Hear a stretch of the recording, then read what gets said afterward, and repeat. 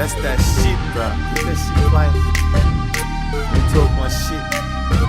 Yeah, never home but I ain't homeless. These chickens on the bench boneless. This rap thing is a bonus. Still eating tuna clutch out Romans. 9 to 5 without a side hustles, a day-to-day hypnosis. So what you think that makes you if you hang around them roaches? 6, 7. Alright, we'll talk about private equity. Awesome. So we have officially started our journey of being an independent sponsor. So we are in alternative private equity, and we are essentially documenting the journey from 0 to 10 mil. So up until now, we have been a M&A and capital advisory firm. So pretty much helping companies raise capital and sell their business. So we've been active for a couple of years now. We started in marketing, so transitioned the marketing agency into the capital markets a couple years ago. Now, like I said, helping companies raise and sell the company. We've worked across a myriad of different industries. So for example, like biotech or, health tech, anything within healthcare, real estate, energy, infrastructure, those sort of industries as well. And what we're really trying to focus on in 2026 is sell-side M&A, specifically lower middle market businesses. So think the value of the business is anywhere from 5 mil to 250 mil within manufacturing, industrials, field services, and B2B service businesses as well. Yeah, really what this video is and what this series is, it's about us documenting our journey on us making our first acquisition and getting to that point of our total portfolio being $10 million in value. So we're going to be able to show you what it takes. We'll be able to show you lessons, things that we've learned, our mistakes, and really just provide you with some educational content along the way. All right, let's talk private equity. Yeah. So actually, very interesting. So what is it, like not even 2 weeks ago, Blackstone announced that they are going to acquire Hamilton Island. Okay, so surface level, that seems a little bit absurd. How is a financial institution buying an island off of Australia? I'll break it down for you and kind of explain how it relates to what we're doing as well. A wealthy family currently owns Hamilton Island right now. They bought it for about 200 or 300 mil ages ago as a resort development sort of thing. Now, Blackstone, the fundamental business model that they have is they raise money from other people. So they ask other rich families or family offices or pension plans, they ask them for money, they pull that capital, and then they go out, look for deals, look for assets or businesses that they can acquire, that they can fix up over time, where maybe it's a distressed opportunity. And then over, say, 7 years or 10 years, they'll then sell it and then make their profits that way. Now, what this model actually looks like is they would raise, let's call it $100 million into a blind pool, a blind fund, right? And then they would go look for deals. They find this deal, and if they like it, they're going to put down, say, 25% in equity, and ideally have a control stake in the company. So call it 51% plus in the company, and then they'll raise the 75% in debt. Okay, so this is the leverage. This is what Stephen Schwartzman actually did when he first started Blackstone. He raised a buyout fund. So he raised 500 mil, or was it a bill? I can't really remember. But he raised a lot of money as the buyout fund. So he would fund the debt for these sort of transactions. He actually had his start in M&A advisory as well, but we'll get to M&A in a second. They put in 25% equity, they raise 75% in debt, and they pay that off in 3-5 years, whatever it is. Okay, so how does this differ to what we're doing? So we are called a independent sponsor or a fundless sponsor, meaning we're not going to raise money first and then find the deals. We're finding the deals, then getting the equity and the investment for those deals specifically. Because look, we're not Blackstone. We're not going to be able to just raise a fund with no track record, and that's ultimately why we have been doing M&A advisory, capital advisory up until now, to build that experience and build that XP, so that we have solidified somewhat of a track record before we start to do this stuff. Okay, so the process here and what this tangibly looks like is we're going to find a deal. If we like it, we will do our own due diligence. We're going to underwrite it ourselves, and then we're going to take it to a bank, right? What we're going to do is get a LOI or a letter of intent from the bank that this deal is within their parameters.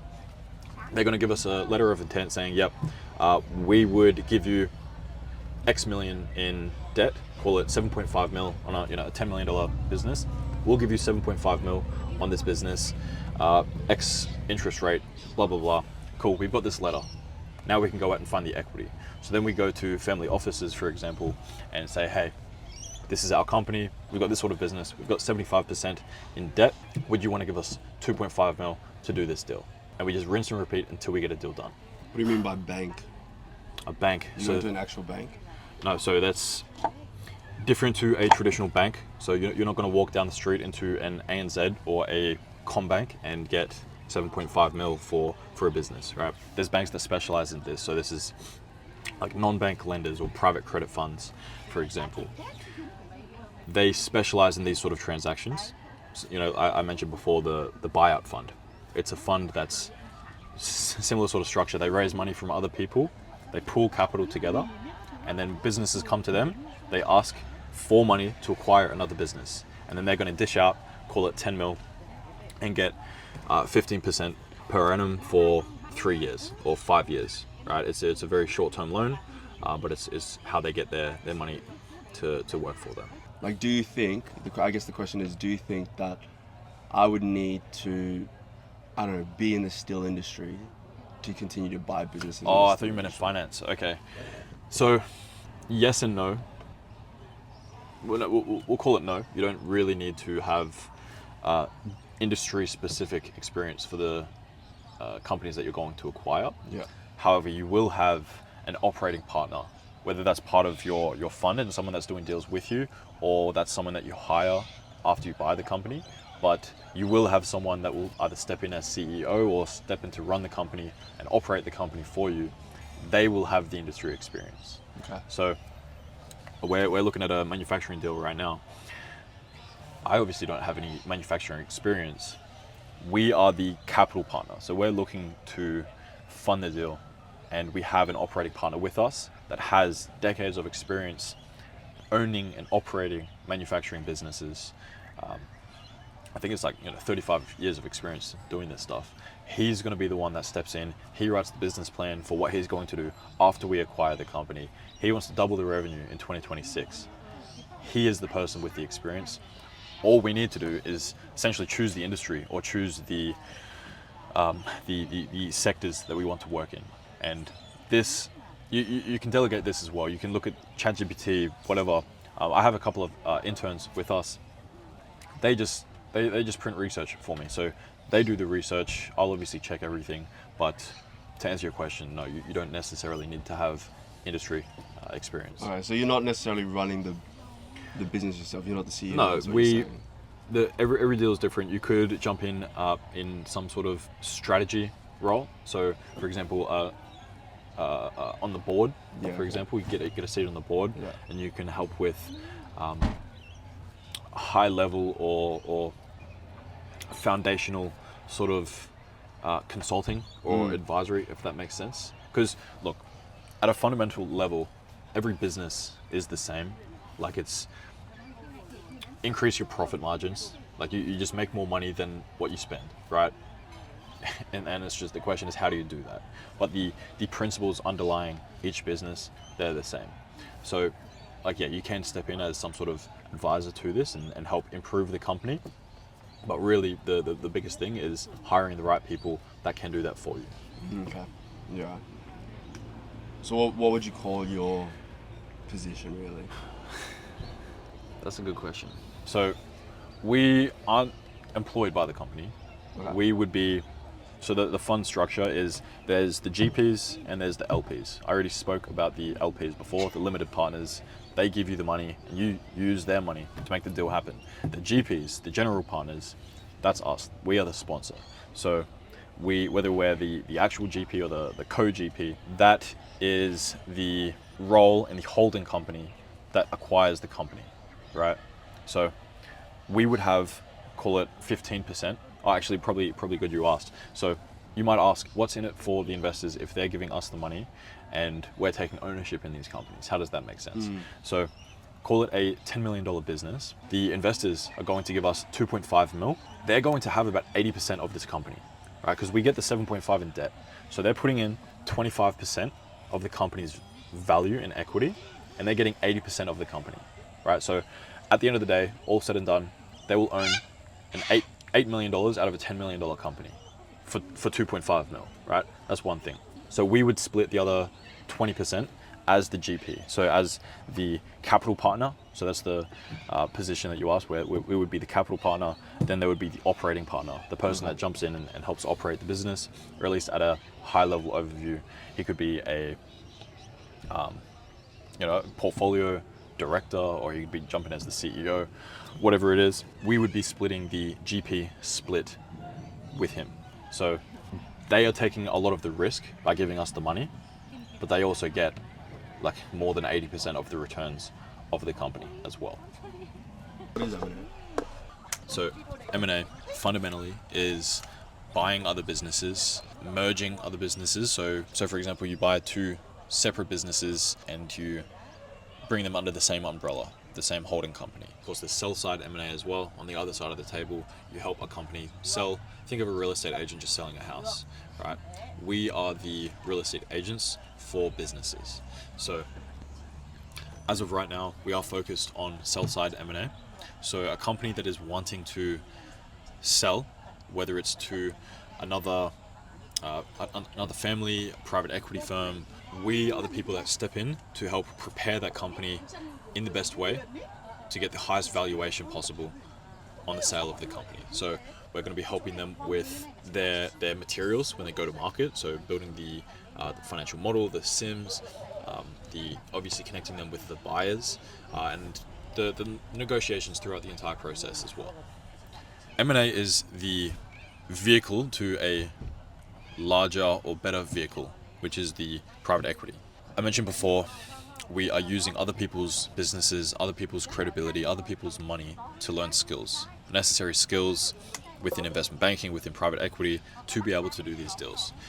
What M&A really is, or M&A advisory really is we are essentially learning the skills, getting paid for it, both charging retainers, and then we also get a success fee on the end of a transaction. So call it 3% of the company's total value once we sell the company. All this really is giving us cash flow, giving us runway.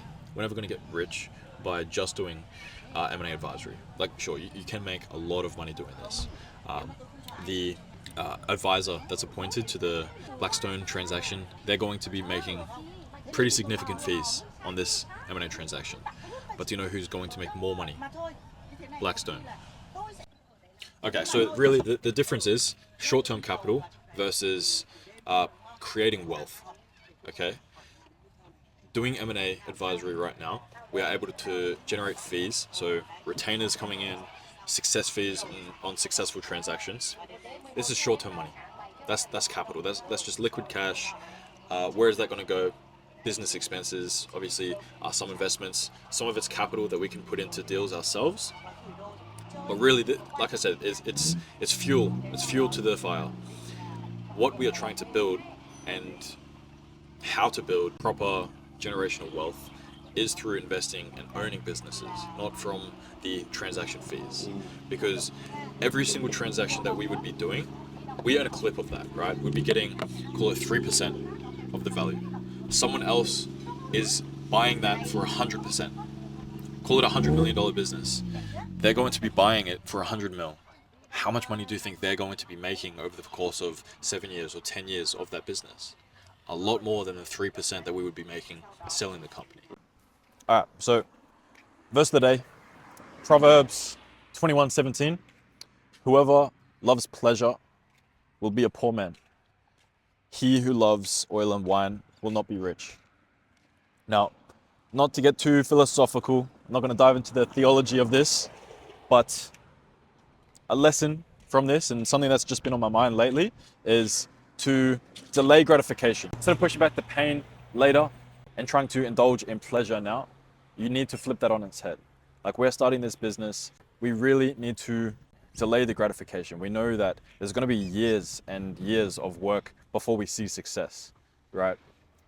Perfect time of the year as well, actually. January 2nd, today. Forget about pleasure. Focus on the hard things. Make some sacrifices now. Focus on the pain, start to enjoy the pain and the suffering now, so that you can see the fruits of your labor in the future. Cool. I think that's it. Enough said. Shawty too fine with it, can you bust it down? Broski throwing sixes up and sevens down.